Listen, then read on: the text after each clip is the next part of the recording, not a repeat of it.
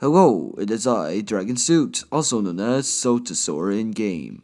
In this video, I'll be covering Minecraft 1.16's latest snapshot, 20W09A. Now, let's get right into the video. Firstly, several minor changes have been made to items and blocks. The textures of several tools, weapons, and armor, as well as the top texture of purple pillars, have now been changed to match their textures in the Bedrock edition. And speaking of tools, hoes will now break Nether Warp blocks and Warped blocks much more faster. In addition, Crimson and Warped signs are now craftable using the new planks added in previous 1.16 snapshots. And flowing lava now pushes around mobs, players, and items. Some of the new plants added in the 1.16 snapshots have also received some changes too. Weeping vines can now be climbed, much like scaffolding.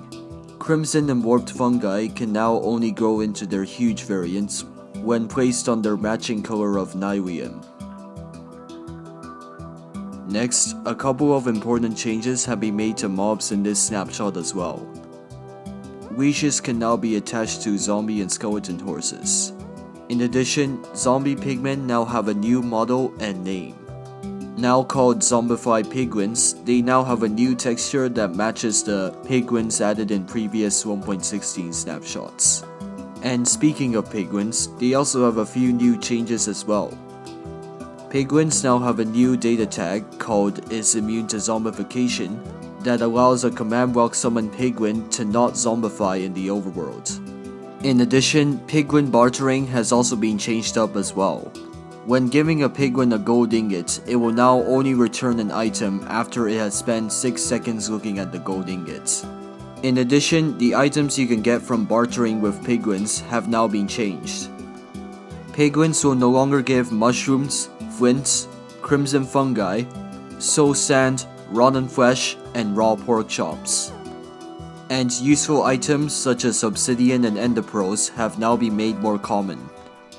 In addition, you may now find some new items when bartering with piglins.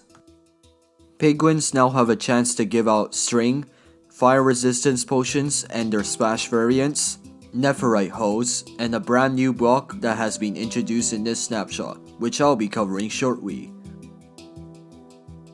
And now onto the new features in this snapshot. 2 new blocks have been added into the game, which may see a lot of use in the future. The target block is a new redstone component, which can be crafted using 4 redstone dust and 1 hay bale. This block serves as a power source and will activate when hit by any form of projectile. The closer a projectile hits to the center of a target block, the more power it will give off. Hitting the bullseye on a target block makes it emit its maximum power, and also gives you a new achievement for doing so, appropriately called Bullseye. On the other hand though, is a block last seen in the early days of Minecraft. Crying Obsidian is a block obtained by bartering with piglins, which comes with its own particles as well.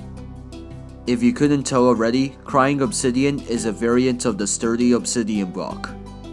Crying Obsidian gives off light, and unlike its regular counterparts, Crying Obsidian can be mined by any kind of pickaxe, and it can also be pushed by pistons.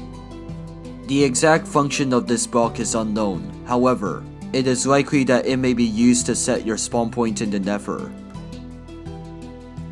And finally, some technical changes have been made in this update as well. When switching between different biomes in the Nether, the color of fog in the Nether will now transition more smoothly.